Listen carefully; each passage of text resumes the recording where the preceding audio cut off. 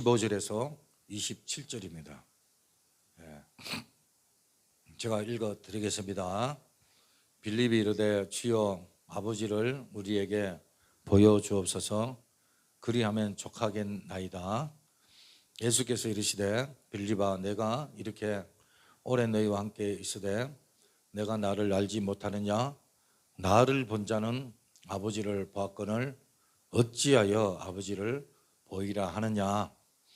내가 아버지 안에 거하고 아버지는 내 안에 계신 것을 내가 믿지 아니하느냐? 내가 너희에게 이르는 말은 스스로 하는 것이 아니라 아버지께서 내 안에 계셔서 그의 일을 하시는 것이라. 내가 아버지 안에 거하고 아버지께서 내 안에 계심을 믿어라. 그렇지 못하겠거든 행하는 그 일로 말미암아 나를 믿어라. 내가 진실로 너희에게 이르노니 나를 믿는 자는 내가 하는 일을 그도 할 것이요 또한 그보다 큰 일도 하리니 이는 내가 아버지께로 감이라. 너희가 내 이름으로 무엇을 구하든지 내가 행하리니 이는 아버지로 하여금 아들로 말미암아 영광을 받으시게 하려 함이라. 내 이름으로 무엇이든지 내게 구하면 내가 행하리라. 너희가 나를 사랑하면 나의 계명을 지키리라. 내가 아버지께 구하겠으니 그가 또 다른 보혜사를 너희에게 주사 영원토록 너희와 함께 있게 하리니 그는 진리의 영이라. 세상은 능히 그를 받지 못하나니 이는 그를 보지도 못하고 알지도 못함이라. 그러나 너희는 그를 아나니 그는 너희와 함께 거하시며 또 너희 속에 계시겠음이라. 내가 아직 너희와 함께 있어서 이 말을 너희에게 하였거니와 보혜사 곧 아버지께서 내 이름으로 보내실 성령 그가 너희에게 모든 것을 가르치고 내가 너희에게 말한 모든 것을 생각나게 하리라. 평안을 너희에게 끼치노니 곧 나의 평안을 너희에게 주노라. 내가 너희에게 주는 것은 세상에 주는 것과 같이 아니하리라. 너희는 마음에 근심하지도 말고 두려워하지도 말라. 할렐루야. 이상 하나님의 말씀입니다. 오늘 요한복음 14장 8절부터 27절까지 말씀을 가지고 진리의 영, 평강의 영이라는 말씀으로 은혜를 받기로 합니다. 할렐루야. 우리 나중에 오신 분이 오페라 협회 회장님이십니다. 뒤에 계시는 분인데 어제 우리 사모님이 다산에서 공연을 하시고 지금 이제 오십니다. 지금 들어오시는 분이 사모님이신데 제가 광고를 할 때 27일 날 오페라 공연이 있다고 광고를 해서 잠깐 이렇게 회장님을 말씀을 드렸습니다. 날씨가 참 덥습니다. 열대야 때문에 밤잠을 설치는데 어제도요 얼마나 더운지 새벽에 제가 3시 좀 넘어서 교회에 왔습니다. 교회 와서 기도하고 더우니까 또 기도하게 되고 충만하게 되고 은혜롭게 되고 우리 집사람이 그래요. 우리 교회가 이제 부흥 되겠다고 부흥 되겠다고 기도를 하니까 얼마나 피곤하지도 않아요. 감사하고 그렇습니다. 오늘 본문에 보면은 예수님 제자들 몹시 불안해하고 근심 가운데 있거든요. 그들이 근심 가운데 있었던 이유는 주님께서 최후 망찬을 하시고 이제 십자가에 돌아가실 것이다 이렇게 예언을 하신 겁니다. 그야말로 이 제자들에게 있어서는 큰 근심이었습니다. 그들은 예수님께서요 이 메시아로 오셨잖아요. 그리고 메시아인 줄 알고 그들이 지금까지 따랐는데 그런데 이 메시아 사역을 성취하시기 전에 우리 주님께서 떠나신다고 하니 그들은 당할 수밖에 없었답니다. 그렇다고 그들이 뭐 특별히 능력이 있다든가 또 역량이 있는 그런 사람들이 아니었잖아요. 그동안 예수님이 모든 것들을 다 해결해 주셨고 또 주님이 지시하는 거 그렇게 했을 뿐입니다. 그런데 예수님이 미래에 닥칠 불길함이 이들을요 아주 근심하게 했던 겁니다. 이들의 심정을 잘 드러내는 구절이 있는데 18절입니다. 보니까 내가 너희를 고아와 같이 부려두지 아니하고, 그 고아와 같다. 그러니까 지금 제자들의 심정은 고아예요, 고아. 우리는 가끔 언론을 통해서 부모님이 사고로 모두 돌아가시고 자녀들이 졸지에 고아가 되는 그런 경우를 봅니다. 그 남겨진 아이들이요 참 앞으로 이제 어떻게 살까 걱정이 되고 또 가슴이 미어옵니다. 더 이상 그 자녀들에게는 부모가 없기 때문에 의지할 것이 없지 않습니까? 그래서 어떻게 살아야 할지 막막합니다. 지금 제자들의 심정이 바로 고아와 같은 그런 심정이었다라는 거죠. 이런 제자를 향해서 주님이 말씀을 하십니다. 1절 볼까요? 너희는 마음에 근심하지 말라. 하나님을 믿으니 또 나를 믿어라. 내 아버지 집에 갈 곳이 많도다.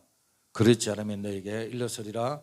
내가 너희를 위하여 거처를 예비하러 가노니.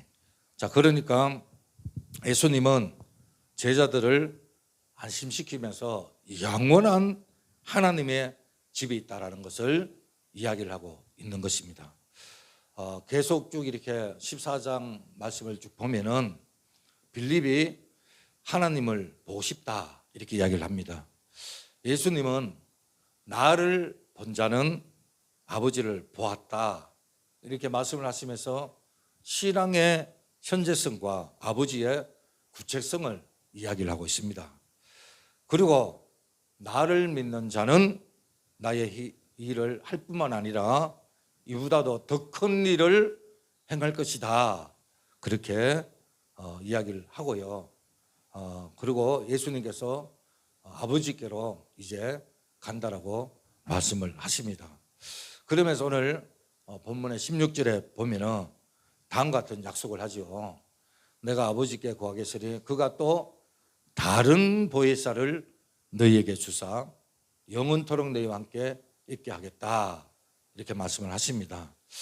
예수님은 자신이 떠나시지만 다른 보혜사를 너희에게 주겠다 이렇게 약속을 하거든요. 이 보혜사는 헬라어 언어로 보면은 이 곁에서 힘을 북돋아 준다. 이로자 그런 뜻이 있습니다. 그리고 또 영어로 이렇게 보면은요 카운슬링 그러죠. 상담자 또 뭐 위로자, 조론자, 또 변호자, 또 돕는 자 이렇게 표현을 하고 있습니다. 예수님 바로 그동안에 제자들의 보호자였잖아요. 그리고 이들 곁에서 그들을 보호하면서 인도도 했고요. 그리고 때로는 대언자가 되어 주셨고 그리고 변호까지 해 주신 것을 보게 됩니다. 그런데 예수님께서 이제 또 다른 보혜사를 너희에게 보내주겠다. 근데 이 또 다른 보혜사가 누구냐면은 바로 성령님이라 이렇게 이야기를 하고 있습니다.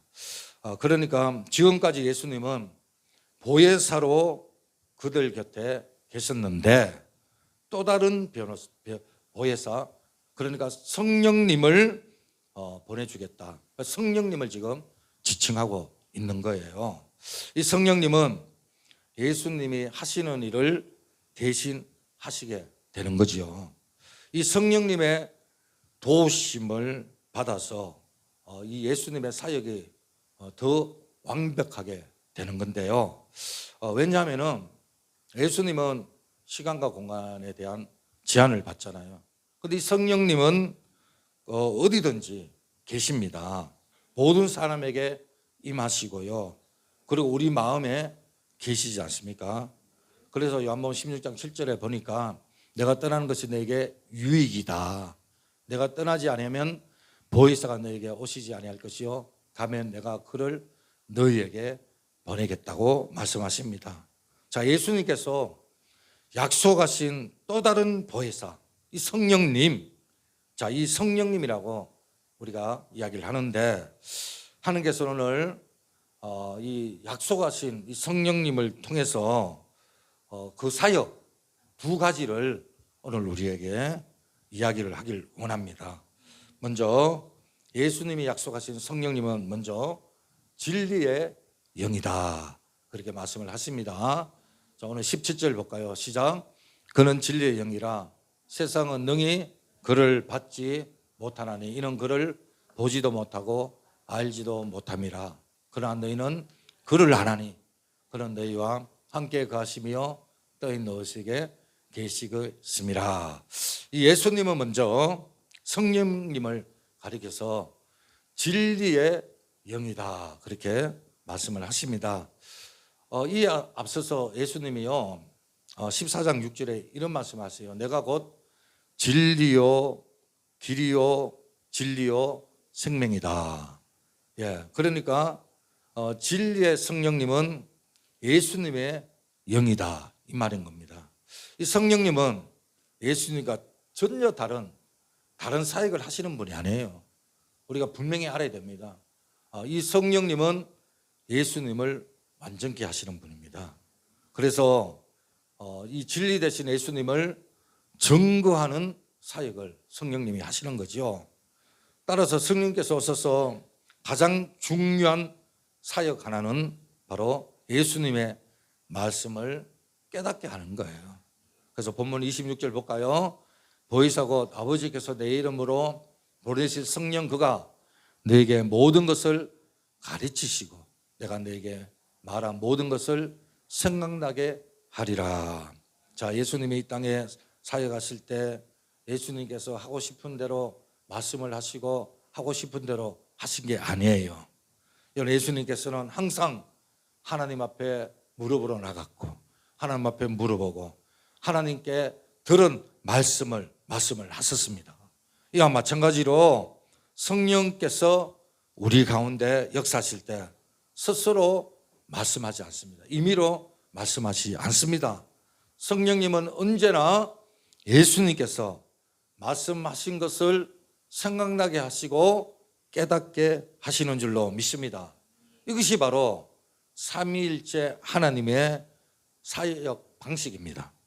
이 삼위일체 하나님은 완벽하게 조화를 이루시고요, 서로를 높이지 않습니까?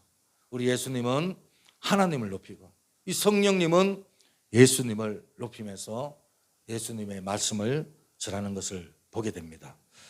따라서 성령님이 오셔서 하시는 일은 새로운 일을 하시는 것이 아니라 예수님이 이 땅에 오셔서 하신 그 사역을 계속적으로 이어가시는 것입니다. 성령님께서는 자신을 절대로 드러내지 않습니다. 우리 이것을 분명히 알아야 됩니다. 이 성령님은요 본인을 드러내는 것이 아니라 오로지 예수님을 드러내는 것을 보게 됩니다. 요한복음 15장 26절에 보니까 내가 아버지께로부터 너에게 보낼 보혜사고 아버지께로부터 나오시는 진리의 성령이 오실 때에 그가 나를 증언하실 것이요. 오순절 마가다락방에 제자들이 기도하면서 성령의 불을 받잖아요. 그들이 성령의 불을 받고 한 일이 뭡니까? 뛰쳐나가서 복음을 전했잖아요. 예수님을 전했잖아요. 성령님은 예수님을 가르치고 예수님을 증언하는 겁니다. 자, 예수님께서 약속하시기를 성령께서 오실 때는 진리의 성령이 오실 때는 그가 오셔서 나를 증언한다. 그러니까 성령님이 오셔서는 자신을 드러내는 것이 아니라 예수님을 드러내고 오로지 예수님의 영광을 드러내는 걸 봅니다. 지금 이 시대도 마찬가지예요. 성령께서는 살아서 우리와 함께 하십니다. 역사하십니다. 우리가 상상도 못하는 일을 우리 주님께서, 성령께서는 하십니다. 얼마든지 지금도요, 놀라운 역사를 일으키십니다. 그런데 놀라운 것은 성령의 은사를 경험하면 역사를 행한 그 사람을요 높이고, 그리고 성령의 은사를 행한 사람을 명령하기 쉽습니다. 따릅니다. 여러분, 성령은 오로지 예수님을 높이는데 왜 성령의 은사를 받았다고 그 사람이 높임을 받습니까? 전혀 아니죠. 주변에 보면은 원래 그런 사람이 아니었는데 그를 높이고 찬송하고, 그러다 보니까 자신도 모르게요, 이 교만이 들어가가지고 완전히 타락하는 그런 경우를 봅니다. 제가 덕소에 좀 오래 살았는데 덕소에 유명한 신앙촌이 있습니다. 부천에도 있고 부산에도 있고 기장에 있는데, 원래 기장이 1신앙이고 덕소가 2신앙이고 이 부천 소사가 제3신앙인데요. 거기 교주가 박태선 장로입니다. 이분이 원래 이 남대문 교회 집사님이었어요. 그리고 창동교회 장로님이었죠. 아주 신실했습니다. 그런데 이 성령이 이 장로님에게 임한 거예요. 은사가 아주 강하게 임했던 겁니다. 그러다 그가 막 집회를 하잖아요. 그러면은 남산에서 집회하면은 사람들이 구름대처럼 몰려드는 거예요. 또 한강에서 집회를 하면은 가만히에 금반지 목걸이, 금목걸이 한가득 차는 거예요. 그러다 보니까 이 사람이 변화되면 좋은데 변질이 된 거예요. 우리는 변화돼야 됩니다. 변질되면 안 됩니다. 변화되어서 예수님을 닮아가야 되는데, 이 변질이 돼가지고요, 자기가 예수님이라고 말하잖아요. 제 이름이 예수다, 자기가. 그래서 무수한 사람들이 따르고요, 다 지옥으로 가도록 만든 거 아닙니까? 이 성령의 은사가 강하게 나타나니까 완전히 돌아버린 거예요, 자기가. 여러분, 저기 구로동에 지금은 작고했는데 그 만민중앙교회 이재록 목사라고, 제가 한참 붕댈 때요, 철학기도 가봤어요. 그랬더만 사람들이 예배 끝나고 다 밖에 나와가지고 달을 봅니다. 왜 보는가 했더니만 달에 이재록 목사의 얼굴이 보인다는 거예요. 그 목자라고 그러더라고요. 그 사람들이 다 그걸 보려고 하늘에서 금사라기가 떨어진다 그러고 서로 보려고 그러고, 안 보이면 영안이 안 열렸다 그러고 보여야 되는 거예요. 보여야 영안이 열린 거예요. 이상하게 되는 겁니다. 물론 그 정도 변질되지 않아도 은사가 나타나는 사람 가운데 자신이 뭔가 줄 수 있다 하면서 사람을 현혹시킵니다. 지금도요, 얼마나 많은 사람들이 거기에 넘어가는지 모릅니다. 특히 병자들, 여러분 얼마나 마음이 가난합니까? 그런데 그 가난한 마음을 이용을 해가지고요, 안수를 하고요, 그리고 돈을 받고 돈을 정합니다. 안수 한번 하면 돈을 정하고. 왜? 지푸라기라도 잡고 싶은 그런 심정이 아닙니까? 여러분, 이 성령의 은사를 가지고 돈 장사를 하고요, 여러분 얼마나 잘못된 겁니까? 성령은 오로지 주님만 나타나고 예수님께만 영광을 돌리는 줄로 믿습니다.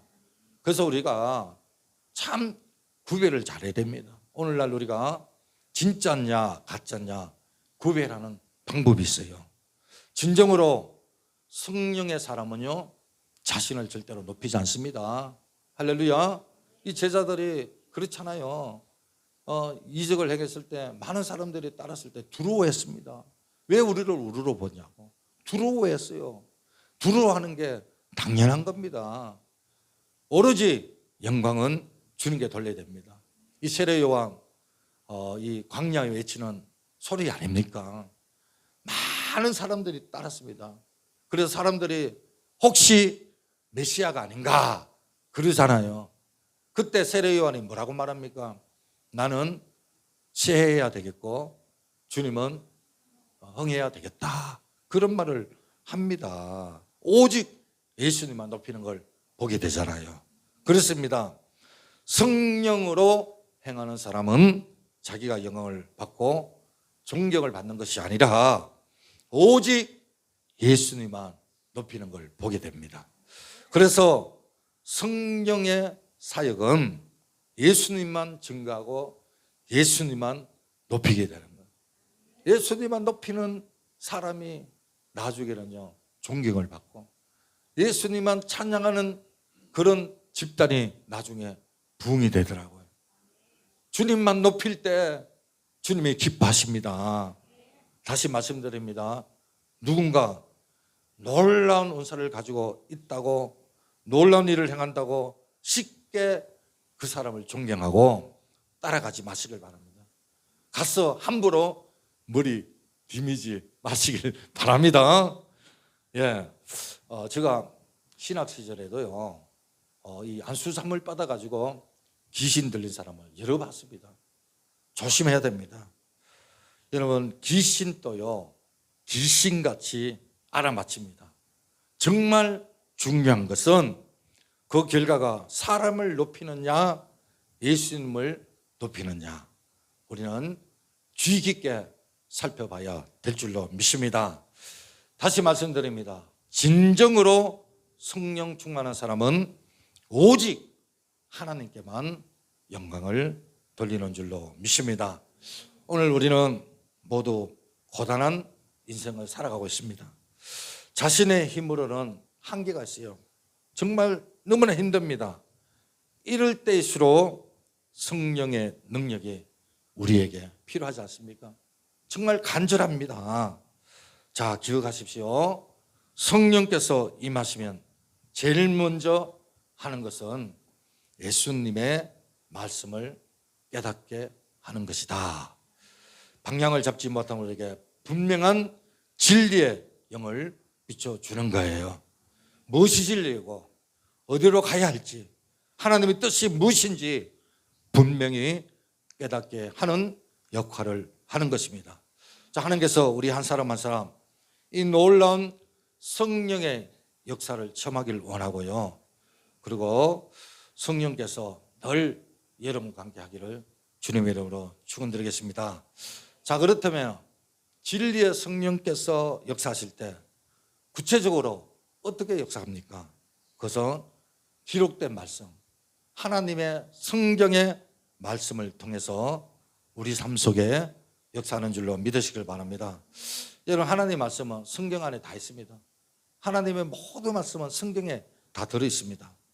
우리가 어떻게 구원받았는가, 또 구원받은 사람이 어떻게 살아가야 하는가, 그리고 우리의 문제를 기도할 때 어떻게 응답받는가, 기도에 대한 것도 다 성경에 이야기하고 있습니다.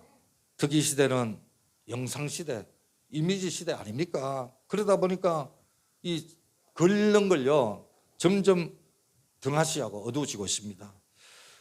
출판사가 줄도사를 하고 있고, 그럴 때일수록 우리는 글을 읽어야 됩니다. 물론 책 읽는 걸 좋아하는 분들도 많이 있습니다. 어떤 분은 성경을 보면 또 영어 성경을 이렇게 같이 해서 보고, 제가 한참 이렇게 은혜 받을 때는 성경을 보면요 막 살아 움직이는 것 같아요. 역사하는 것 같아요. 특히 다니엘서 이렇게 보면은 시간 가는 줄 몰라요. 아침에 앉아서 읽는데 막 저녁까지 안 쉬고, 다니엘서뿐만 아니고 사도행전, 로마서, 출애굽기, 이 보면 특히 예수님의 행적 이런 걸 보면은요 막 사라림, 이 말씀이 살아서 움직이는 것 같아요. 왜? 성령께서 함께하기 때문에. 그러니까 처음에는 머리로 읽다가 이 말씀이 성령과 함께 깨닫게 하시고 가르쳐 주시고 함께 하니까 그 말씀이 머리에서 가슴으로 내려오는 거예요. 할렐루야. 그러면서 막 은혜가 되는 거예요. 여러분, 그 은혜 맛을 아십니까? 맛을 알아요? 얼마나 달콤하고 그 말씀이 얼마나 오묘한지 그 말씀을 아시냐 말이에요. 여러분, 말씀을 통해서 성령께서는 역사하는 줄로 믿으시길 바랍니다. 그래서 우리 마음이 정말 성령님을 향해서 열려 있느냐, 우리 한번 자신을 점검해 보시기 바랍니다. 주여, 성경 말씀을 깨닫게 하옵소서. 바르게 깨닫게 하옵소서. 바로 알게 하여 주옵소서. 이 성령의 기록한 영감을 제게 허락하여 주옵소서. 그래서 영적인 눈이 열리게 하시고 하나님의 말씀을 보게 하여 주시옵소서. 그 말씀 가운데 예수님을 발견하게 하시고 하나님을 발견하게 하옵소서. 이런 간절한 마음이 우리에게 있어야 될 줄로 믿습니다. 어떤 분은요, 코로나 때요, 신앙생활 하기가 힘드니까 계속 필사를 했다고 합니다. 처음에 필사하는 것도 은혜인데 또 두 번째 필사하니까 첫 번째 하는 것보다 또 다른 은혜가 있더라는 거예요.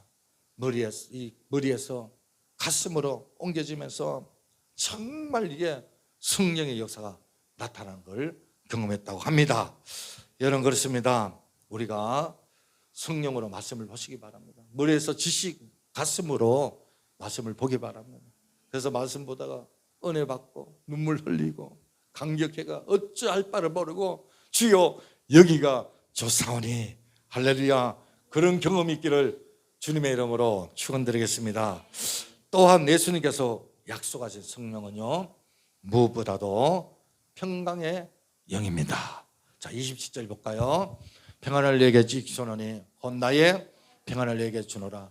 내가 내게 주는 것은 세상에 주는 것과 같지 아니하느냐.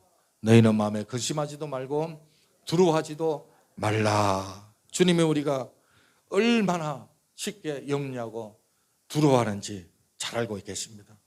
우리의 믿음 대단한 것 같아도요, 별거 아닙니다. 우리 인생에 여러 가지 풍랑과 어려움과 고난을 접하게 되면 쉽게 두려워하는 겁니다. 이것을 잘 알기 때문에 예수님은 성령님을 통해서 우리에게 평안을 주신다라고 말씀을 하십니다. 예수님께서 우리에게 평안을 주시는데 그분의 평안은 세상이 주는 평화와 다르다, 그렇게 이야기를 합니다. 야, 그러면 여러분, 세상이 주는 평화는 어떤 평화예요? 세상이 주는 평화는요, 경제적으로, 군사적으로 평화를 유지하려고 하는 거예요. 그래서 지금 예수님 시대도 박스 로마 그러잖아요. 군사력으로 평화를 누리려고 했습니다. 강력한 황제가 강한 군사력을 가지고 전쟁을 끝내고 세상을 평화롭게 하려고 했습니다. 오늘날에도 적어도 우크라이나 러시아 전쟁을 하기 전에는요, 그 박스 아메리카, 그래서 미국 군사력이 대단하잖아요. 그래서 제2차 세계대전 이후에 전쟁이 일어나지 않는 것은 미국이 워낙 군사적으로 강하기 때문에 그걸로 평화를 유지했다, 그런 이야기로 있더라고요. 그래서 캡틴 아메리카라는 말도 있고 어베전스도 있고 헐크 이런 거 다 있지 않습니까? 강하다는 거죠. 예. 그래서 평화를 유지했는데 이게 바로 세상적인 평화인 겁니다. 그런데 예수님께서 주시는 평화는 세상적인 어떤 물리적인, 경제적인, 군사적인 그런 평화가 아니잖아요. 예수님 주신 평화는 그분의 평화입니다.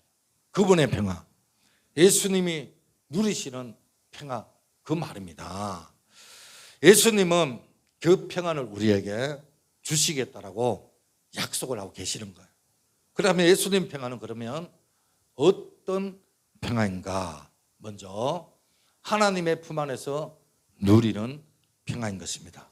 성경에 보면 예수님은 이 상황을요 초월하는 그런 일들이 얼마나 많았습니까? 그런데 그런 가운데서도 평안을 유지하는 것을 보게 되거든요. 자신의 생에 많은 파로가 몰아치고 고난이 오고 핍박이 왔어요. 이 오병이어의 사건 이후에 수많은 사람들이 예수님께 몰려옵니다. 그런데 그 가운데서도 주님은 평안을 유지하고 또 예수님께서 모진 고난과 또 수란을 겪습니다. 조롱을 당합니다. 그럴 때도 예수님은 평안을 유지하는 것을 보게 됩니다. 이에 반해 우리는 어떻습니까? 조금만 상황이 바뀌면 마음이 흔들리고 점점점 요동이 심하잖아요. 누가 칭찬하면 금방 고민해지고 또 어려우면 금방 좌절하고 두려워하고 쉽게 경민에 빠지는 우리 연약함을 봅니다. 예수님처럼 한결같이 우리는 못하는 거잖아요. 주님을 바라보면 그렇지 않은데 우리 주님은요 하나님을 바라봤기 때문에 그런 거거든요. 우리는 이 평화가 너무도 쉽게 흔들리는 것을 봅니다. 그렇다면 우리는 어떻게 예수님과 같이 한결같이 평화를 유지할 수 있을까요? 예수님은 어떠한 상황과 환경을 초월한 그러한 평화를 누렸는데, 자, 18절 1장 18절 볼까요? 본래 하늘을 본 사람이 없으되 아버지 품속에 있는 동생하신 하나님이 나타내셨느니라. 그 아버지 품속 그러죠. 아버지 품속. 그래서 이 성경에는 예수님께서 항상 하나님의 품 안에 계셨다 이렇게 말합니다. 어디에 있든지 제자를 가르칠 때나 폭풍 가운데 계실 때나 고난을 만났을 때나 위협을 당할 때나 조롱을 받을 때나 이적을 행할 때나 우리 예수님은 항상 하나님 품에 계셨다라는 거예요. 사람들은 그분을 열광합니다. 또는 그분을 저주합니다. 그러나 그분 하나님은, 우리 주님은 항상 하나님 품에 계신 것을 보게 됩니다. 예수님에게 있어서 가장 중요한 것은 하나님과의 친밀한 관계였습니다. 할렐루야. 제가 코로나 때요, 코로나 때문에 몹시 아팠어요. 그래서 1차로 제가 보건소에 보내준 앰뷸런스를 타고 경기대학 쪽 기숙사에, 그때는 병실이 부족해가지고 거기서 이제 1차로 갔는데 거기서 안 돼가지고 또 수원 도림병원에 2차로 또 옮겨졌습니다. 도림병원에서도 안 돼가지고 나중에는 김포에 있는 누고려병원 종합병원으로 갔습니다. 산소포 하다가 보통 95 이상이 돼야 정상이거든요. 제가 80, 70, 60, 50, 40 이하까지 떨어집니다. 나중에 제가 기억나는 거는 잠을 좀 재워달라고. 너무 힘드니까 가르쳐서한테 그 말을 기억한 건 기억나요. 잠을 좀 재워달라고. 그러고 기억이 없어요. 깨보니까 보름이 지나더라고요. 근데 나중에 이제 우리 딸한테 이야기를 들었는데, 우리 집사람은 그때 카자흐스탄에 선교하러 갔습니다. 카자흐스탄에서 코로나 걸려가지고 들어오지도 못하고 저는 사경을 헤매고 새벽 2시에 병원에서 집에 전화를 해가지고 장례 준비를 하라고. 그래서 딸이 울고 난리 났습니다. 울고 우리 아빠 죽는다고. 사실 뭐 새벽에, 아침에 전화할 수도 있잖아요. 근데 새벽에 2시에 전화를 했으니 얼마나 놀랐겠습니까?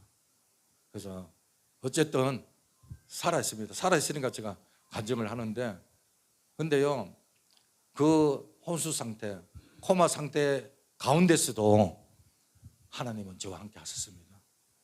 저와 함께 하셨습니다. 그래서 제가 퇴원을 하고 교회에 와서 처음에 찬양을 불렀는데, 제가 너무나 은혜롭게 찬양을 불렀기 때문에 제가 기억나는데 이 찬양을 불렀어요. 한번 같이 한번 불러볼까요? 그거 좀 돌려줘봐요.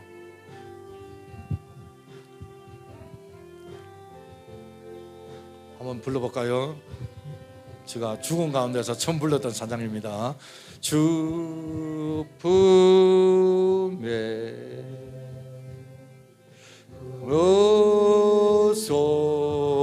어서오소 능력에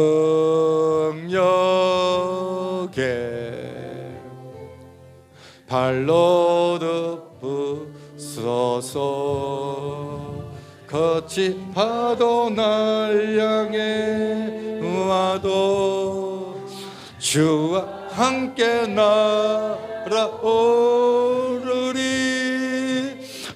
폭풍 가운데 나의 영혼 잠잠하게 주를 보리라. 주님 안에 나 거하리, 나 거하리.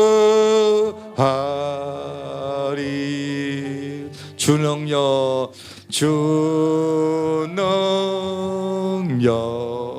나 잠잠히 믿네.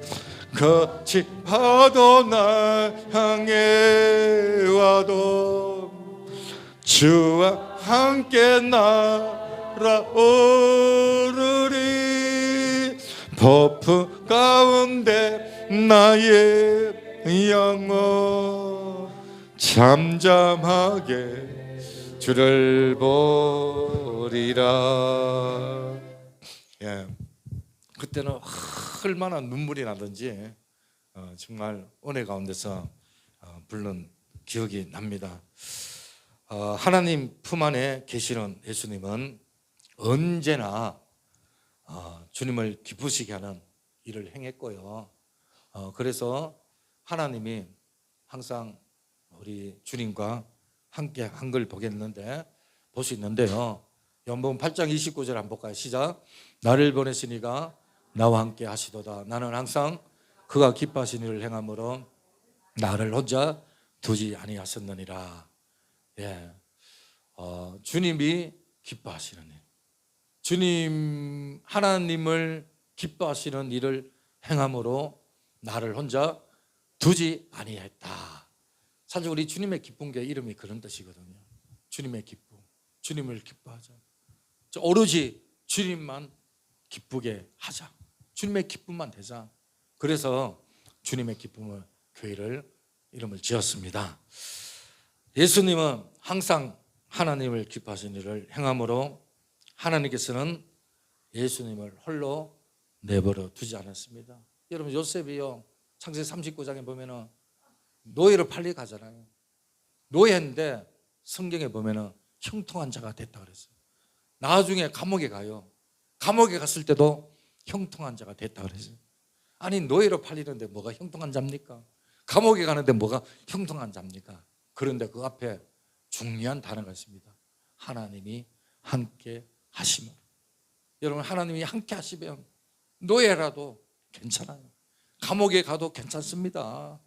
하나님이 함께하는 자가 형통한 자고 하나님이 함께하는 자가 복 있는 자인 줄로 믿습니다. 반대로 우리가 하나님께서 미워하는 싫어하는 일을 행하면요, 하나님께서 우리와 함께하기가 좀 곤란하지 않습니까?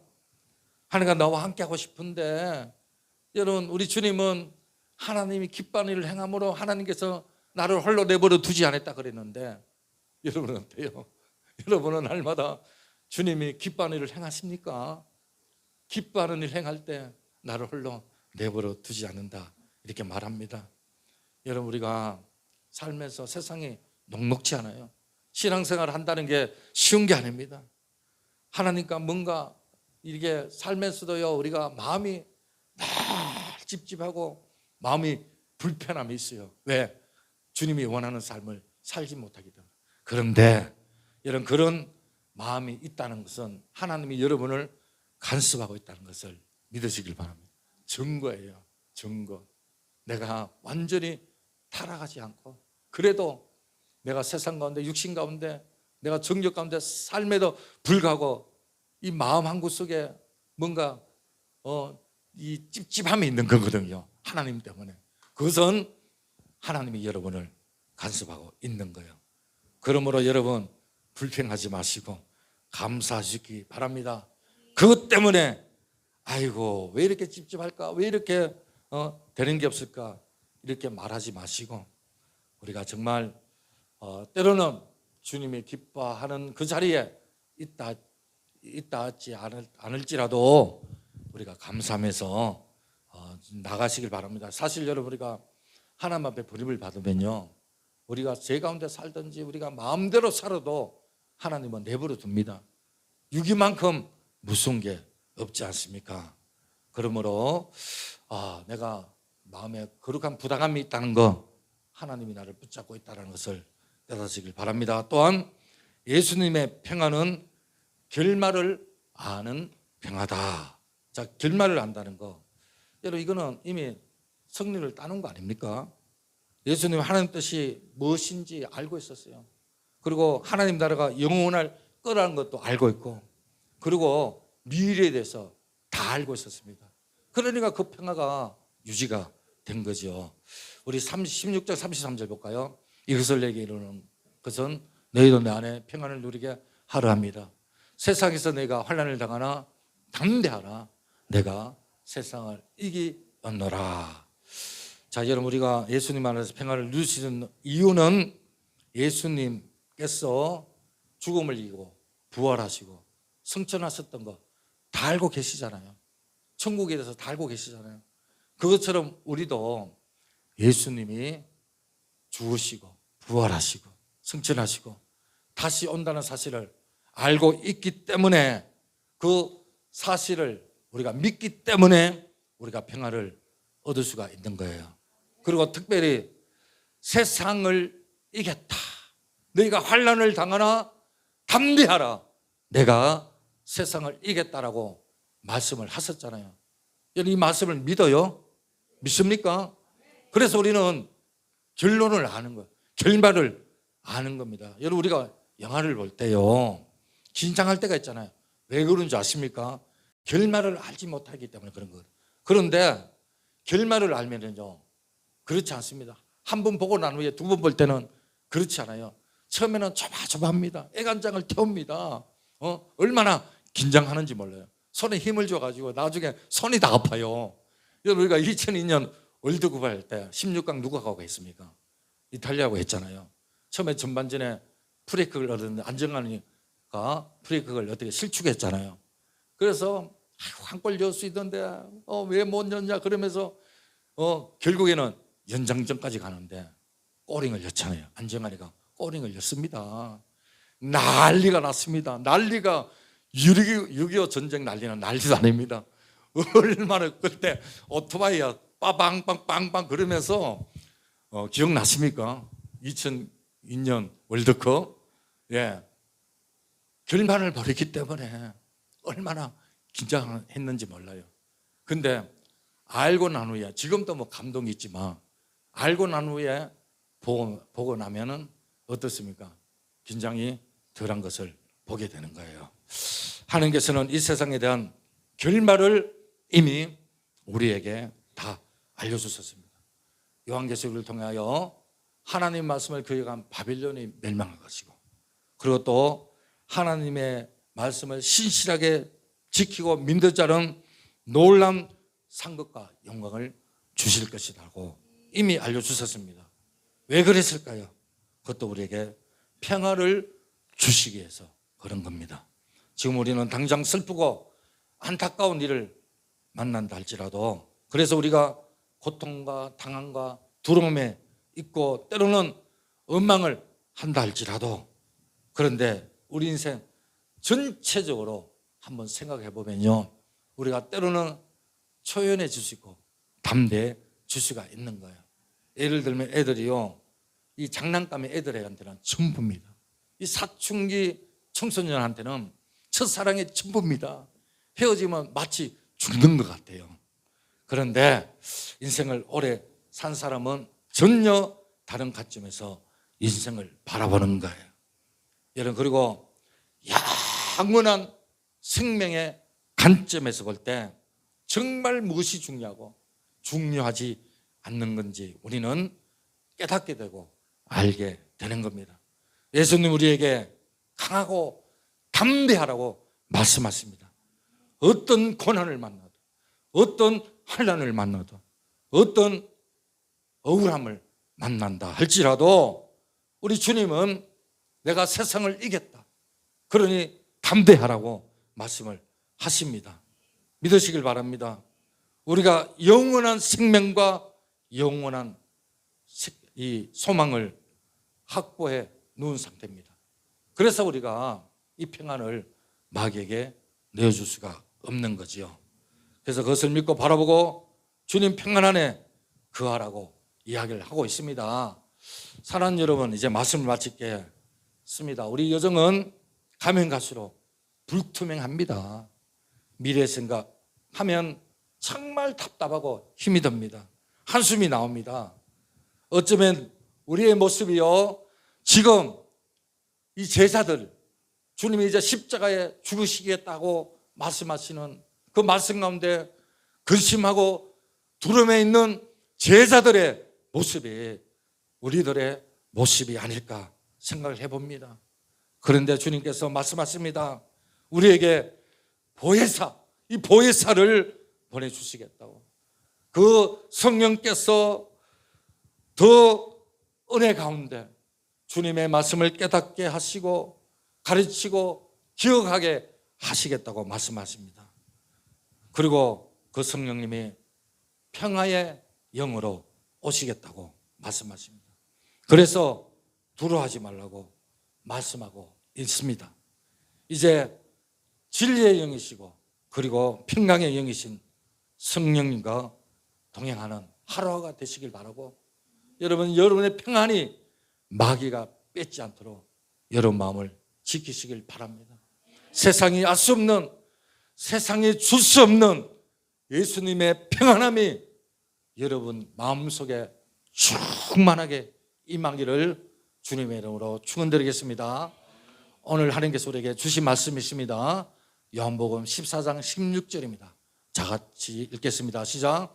내가 아버지께 구하겠으니 그가 또 다른 보혜사를 너에게 주사 영원토록 너희와 함께 있게 하리니. 아멘. 우리 하나님 말씀, 이 찬송을 부르면서 하나님 말씀을 생각하면서 우리 한번 다 같이 기도하기를 원합니다.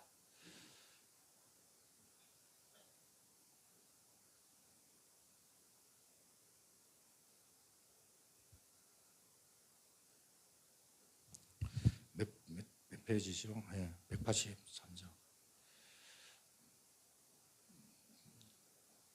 반주자가 없으니까 우리 부르고 말씀을 생각하면서 기도하겠습니다. 마른 불같이